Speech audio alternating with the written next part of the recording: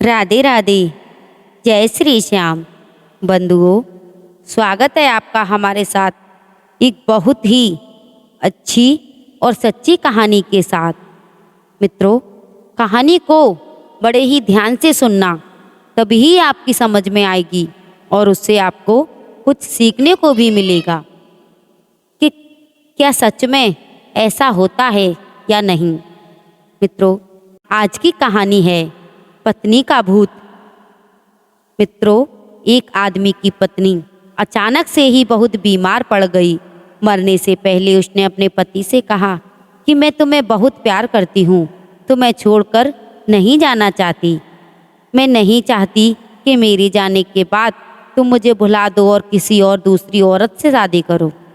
वादा करो कि मेरे मरने के बाद तुम किसी और से प्रेम नहीं करोगे, वरना मेरी आत्मा तुम्हें चैन से जीने नहीं देगी। और इतना कहकर वो उसकी सांसें रुक गईं और वो चल बसी। उसके जाने के कुछ महीनों तक उस आदमी ने किसी दूसरी औरत की तरफ देखा तक नहीं, पर एक दिन उसकी मुलाकात एक ऐसी लड़की से हुई जिसे वो चाहने लगा। बात बढ़ते बढ़ते शादी तक आ गई और उनकी शादी हो गई। शादी के ठीक बाद आदमी को लगा कि कोई उससे कुछ कह रहा है। मुड़कर देखा तो वो उसकी पहली पत्नी की आत्मा थी। आत्मा बोली, तुमने अपना वादा तोड़ा है, अब मैं हर रोज़ तुम्हें परेशान करने आऊँगी। और इतना कहकर वो गायब हो गई। आदमी घबरा गया और उसे रात भर नींद नहीं आई। अगले दिन भी रात को उसे वही आवाज़ सुनाई दी, मैं तुम्हें चैन से जीने नहीं दूंगी। मैं जानती थी कि तुम आज अपनी नई पत्नी के साथ क्या क्या बातें की। और उसने आदमी को अक्षर से एक एक बात बता दी। आदमी डर के मारे कांपने लगा। अगले दिन वह शहर से बहुत दूर एक जैन मास्टर के पास गया और सारी बात बता दी। मास्टर बोले कि ये प्रेत बहुत चालाक है। आदमी बोला, बिल्कुल है, कभी तो मेरी एक एक बात उसे पता होती है। आदमी घबराते हुए बोला। मास्टर बोले, कोई बात नहीं, मेरे पास इसका भी इलाज है। इस बार जब तुम्हारी पत्नी का भूत आए तो मैं जैसा कहता हूँ तुम वैसा ही करना। उस रात जब आत्मा वापस आई तो आदमी बोला, तुम इतनी चालाक हो, मैं तुमसे कुछ भी नहीं छिपा सकता और जैसा कि तुम चाहती हो कि अपनी पत्नी को छोड़ने के लिए भी तैयार हूँ, पर उसके लिए तुम्हें एक प्रश्न का उत्तर देना होगा और अगर तुम उत्तर ना दे पाई तो तुम हमेशा हमेशा के लिए मेरा पीछा छोड़ना होगा। पत्नी का भूत बोला, मंजूर है, पूछो अपना प्रश्न। आदमी ने फौरन जमीन पर पड़े बहुत सारे छोटे छोटे कंकड़ अपनी मुट्ठी में भर लिए और बोला, बताओ मेरी मुट्ठी में कितने कंकड़ हैं। और ठीक उसी समय भूत गायब हो गया।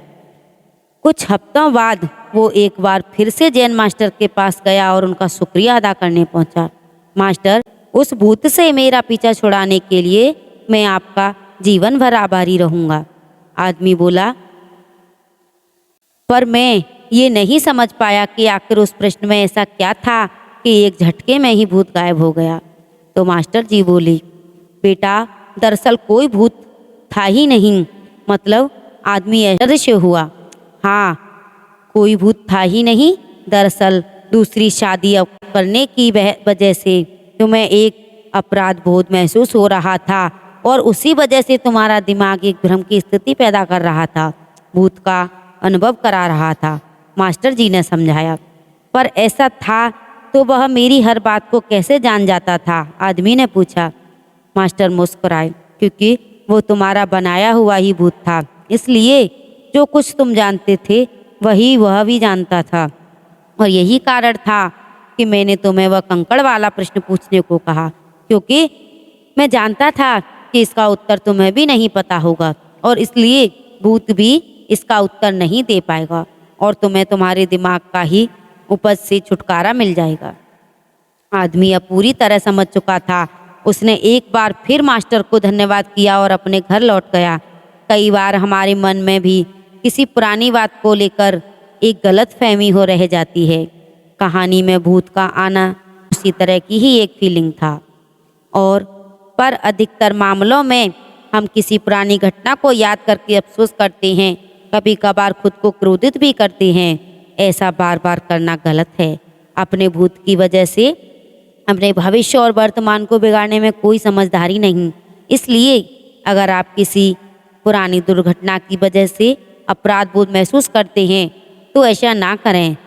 गलतियां करना मनुष्य का स्वभाव है, सभी करते हैं।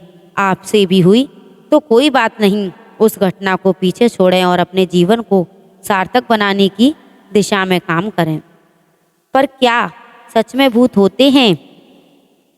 मित्रों, यह तो एक ऐसी बहस है जो सदियों से चली आ रही है। जहां करोड़ों लोग मानते हैं कि भूत सच में होते हैं, वहीं बहुत से लोग ऐसे भी हैं जो भूत या आत्माओं को अस्तित्व को लेकर सहमत नहीं हैं। खैर, जो भी हो, अक्सर हमें भूतों से जुड़ी कुछ घटनाओं का जिक्र सुनने को मिल ही जाता है, और अगर बताने वाले की माने तो ये घटनाएं सच्ची होती हैं। तो आइए हम ऐसी कुछ और सच्ची भूतिया कहानियों के बारे में और जानते हैं। तो मित्रों, अगर आपको ऐसी और कहानियां सुननी हैं तो हमारी वीडियो को लाइक और चैनल को सब्सक्राइब अवश्य कर लें, ताकि आप तक हमारी बताई हुई सारी कहानियां पहुंच सके। धन्यवाद।